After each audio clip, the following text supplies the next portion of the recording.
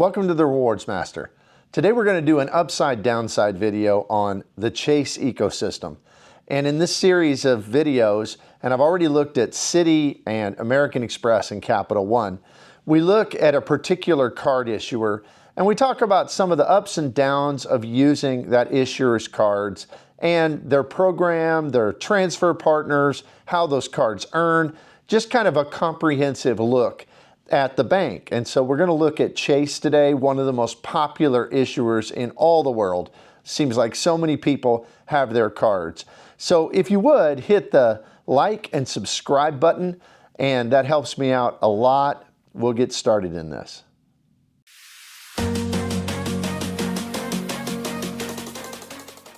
Along with American Express, Chase is one of the most popular card issuers in all the world. I mean, I was just at a convention this last weekend, and it seemed like everywhere I saw people pay, they were pulling out their card. And the most common one I saw was the Chase Freedom Unlimited. It seems like everybody has that card. And so when you travel, I see a lot of the Chase Sapphire Preferred. Their cards are often recommended in the credit card community for beginners and for kind of advanced people alike. So this is a super popular issuer, and there's a lot of reasons for it. Now, as we dive in, it's important to note that Chase probably has more cards available than hardly anybody else. They have so many co-branded cards with brands like Marriott and United, and they're the sole issuer of Southwest credit cards, and a lot of people domestically in the United States use Southwest all the time. They have the ability to earn great things like the Southwest Companion Pass with some of their bonuses that they offer. So there's just so many things about Chase, but there's a dark side to Chase too. There's not a lot of downsides, but the downsides that they have are kind of big. So let's dive in and see, at least in my estimation, what I think about what are the great things and kind of some of the negative things about Chase cards.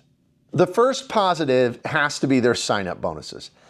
Chase can provide a points parade, and the only other issuer that even comes close, and frankly does exceed them sometimes, is American Express. But besides American Express, there is no issuer where you can rack up more points through sign-up bonuses than with Chase. Now, particularly to make this strategy work, you've got to dive in heavy, go all in on their business cards, particularly their Ink business cards. But that's not only true with their Ultimate Rewards earning cards like those or the Sapphire cards. It's also true of their co-branded cards. Like I mentioned a moment before, is that with their Southwest cards, you can sometimes get like 30,000 points and a free year of Companion Pass, which is one of the most valuable perks if you don't worry about flying business or first class, and if you, especially if you have a partner and you're going to fly back and forth to places. I mean, you get a free second ticket, just pay taxes and fees for a whole year. That's amazing. Some of their sign-up bonuses on their hotel cards, IHG, Marriott, are super elevated sometimes. And so they are really a great issuer. And, you know, there was a time when people could just do Ink card after Ink card after Ink card. 80,000 points, 100,000 points, 80,000 points, 90,000 points. I mean, on and on and on and on. It seems like they've slowed that down a little bit because it was awesome, but it was kind of ridiculous at the same time. So they've slowed that down a little bit. But I think everybody would agree that one of the great strengths of Chase is you can rack up their points and you can rack them up fairly quickly through sign-up bonuses. I think the second powerful upside of the Chase ecosystem is their super great transfer partners. I mean, they have some that hardly anybody else has.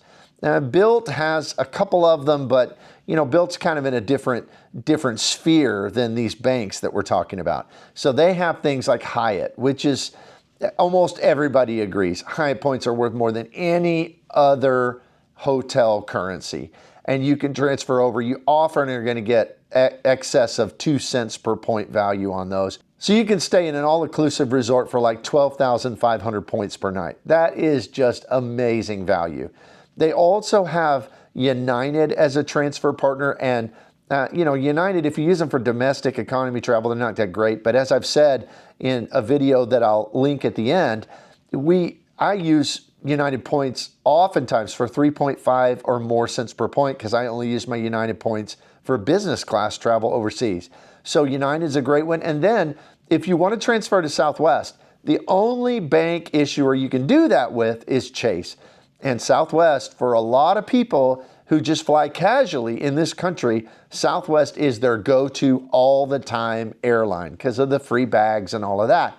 So they have some great transfer partners. Not only that, they have great international transfer partners. Air Canada, Flying Blue. They have some awesome ones. So I think of the transfer list, most folks would say theirs is the very best. Some of the others have, American Express has more, but Chase has just one of the best transfer partner lists. Another upside for me that I absolutely love is point sharing. They allow members of the same family who live at the same address to share their points freely back and forth. So my player two, my wife and I, we used to both have the Sapphire Preferred to get the bonus. We canceled hers. Now she just has like the Freedom Unlimited and Freedom Flex. And we just move her points over to my points pool and use them all as one pool to transfer to partners. It is great. I mean, it is outstanding and super, super, super easy. They don't expire like cities do after 90 days or whatever. They're easy to do. You just get online and just move them. It's super, super simple. And what an outstanding value that is. Another upside I would consider is I think they have now moved into the second best behind the Platinum Card, if you like the way the Platinum Card does it, where they don't allow you to bring guests and all that. So I suppose it could be argued that they're even better. But Chase has great lounge access.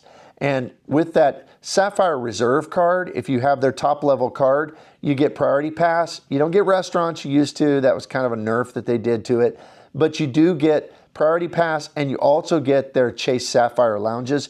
And the reason I think this is such an upside and why they're number 2 to American Express, or if you care more about guests coming in, which you can do with Chase and not American Express to their proprietary lounges, then this may be even the best. And they have a high velocity. In other words, they are building those things, those Sapphire lounges, fast. I mean, it seems like another one is popping up every 6 months to a year, where like Capital One has a few, but they're much slower in their velocity as far as how fast they're building them. So to me, a great upside of Chase is that they have really good lounge access with their top level card. Another upside is that you can get 1.5 cents per point in their portal. I don't use portals, but a whole lot of people use this, and that is outstanding value. To me, another great positive is they have really pretty good customer service, in my experience at least. And maybe not the best. American Express has top-level customer service. Discover has really good customer service. But Chase, compared to some of the other banks, Capital One, Wells Fargo, Citibank, they have just a better customer service experience. I mean, I almost always get through. I'm always treated well. Seems like that their representatives have maybe a little bit more knowledge, certainly not comprehensive or perfect knowledge.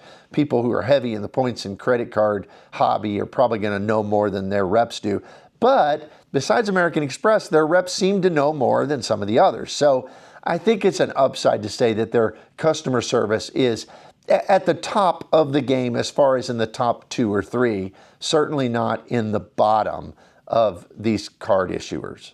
And the last upside I'll mention is they have so many partners as far as not transfer partners, but just card partners, co-branded cards. You can get a card with Air Canada, and it's a pretty good card. You can get a card with so many other of their co-branded partners, and they just have more than all the rest, which I think is a pretty neat upside. Now, before we get to the downsides, I want to encourage you to look at my channel membership for RM Insiders. It's just $2.99 a month. You can cancel anytime that you want. But what I provide is I do members-only videos, and those come out pretty much every week, sometimes more. And I also do special polls where you can say, I'd like to go here or I'd like to go there. And I give several options. And you say even what month you'd like to go. And based upon how many votes I have on each of those, I compile a video where I go through the very best business class redemptions I can find. So it kind of provides you a little bit of a cheat code, an easy way to find great value on riding in the front of the plane to the places you want to go. So check that out. Don't forget again to like and subscribe. Now let's get to the downsides. When it comes to the downsides of the Chase ecosystem, they don't have very many in my estimation. However, the ones that they have are very frustrating and they're kind of a big deal. So I'll start off with the big one that absolutely drives me insane. And that is that they just don't have great earnings on their card, at least not for somebody who's got a lot of cards in their wallet. For those of us who are kind of at the higher levels, what I call level 3, 4, and 5 of this credit card hobby. And what I mean by that is that, you know, I like to have a different card in my wallet for every category to absolutely maximize my value. So I have a card that gives me 5x on dining, and I have another card that gives me 5x on groceries, and another one that gives me 5x on things like gasoline. And I just use different cards for different things. And they do have the rotating category cards that for 3 months out of the year will give you a 5% category. But as far as just having cards that earn great, they just don't. I mean, you're gonna be able to get 3x on dining, and that's across multiple cards. They don't really have a grocery category unless you count that online grocery category with the Sapphire Preferred, which is just, to me, like, how weird is that? How would you even use it? I guess some people do, but it doesn't fit our situation. And then I think the biggest detriment in this area is that they don't have a card that earns 2% or 2x on general spending. They have the Freedom Unlimited, which is kind of their base general spending card, and it only gets 1.5. And pretty much all of their competitors, American Express has the Blue Business Plus that gets 2x on everything. You look over at Citi, you can get their Double Cash that gets 2x on everything. Of course, the Capital One Venture X, 2x on everything, but that's just not available with Chase cards. So their earnings just are weak. They don't really have much grocery category. They don't have much gas category. They have things like drugstores. I mean, who spends a ton of money at drugstores? Things like that. So they just, I think it's not, they don't have many downsides, but this one's big. I mean, really, really big. The second is their dreaded 524 rule. I mean, this is something where if you've had 5 new cards, personal cards, business cards generally don't count unless they're Capital One, but generally if you have 5 new personal cards in the last 24 months or 2 years, they're not going to approve you for a card, no matter what. There's really no way around that deal. Now, a few people in the credit card community have reported that they've gotten around it with new special offers or maybe a business card or special link, something like that. But generally speaking, and almost all the time, that 524 rule. So what it means, and it's kind of genius marketing strategy. I mean, they constantly have us thinking about our next Chase card and have us thinking about, well, where am I at my 524? So it keeps them at the top of your mind and at the top of your list pretty much on every card you apply for. So I guess that's very smart, but it is very frustrating because you're constantly having to manage that and look at it, and to the point that a lot of people, and I've been at this point, where you get the Chase cards you want, you just don't worry about it anymore because you don't want to mess with having to think about that. So I think the 524 rule is definitely a downside of their system. Now, the third downside kind of dovetails in with the first one we mentioned, which is they have bad rewards earning categories. But this one is they have a lot of overlapping categories. So why is it that they have like 5 different cards that earn 3x on dining? I mean, they earn the exact same thing on the exact same category. And they do this a lot. I mean, a lot. And then they leave out categories completely that are needed, useful categories. And again, that's probably part of their ultimate business strategy as well. But it is frustrating. If somebody wanted to just use Chase, it's really hard to maximize every category, no matter how many of their cards you get. So these overlapping categories to me are a pretty big downside. And the last category is they limit your ability to get more cards based upon how much credit you have with them. So your total credit profile or credit availability based upon your income. What this means is that it's been reported, and I don't know how precise this is, but about 50% of your income is all they're going to let you have with your total credit. So if you have 5 cards and they're 20,000 available credit each, and you make 200,000, that's all you're going to get. I mean, you're not going to get more. So they limit that. I think that's kind of a downside. So to me, it's a little bit frustrating because sometimes you have to think about moving credit limits or canceling a card so you can get more cards. So it's a frustration. Not one of the major downsides, certainly not like the rewards multipliers or the overlapping categories, but I still think it would count as a downside. So what do you think of the Chase ecosystem? I mean, probably more people have it than any other ecosystem or any other card issuer. So it's very, very popular. They got lots and lots of customers. They're doing something right. What do you think of it? What do you think of the upsides, downsides? Did I miss some? Should I have added more? Let me know down in the comments below. Don't forget to look at my RM Insiders channel membership, and also please like and subscribe to this video. I would appreciate it immensely. And I hope you have a great day. We'll see you here next time.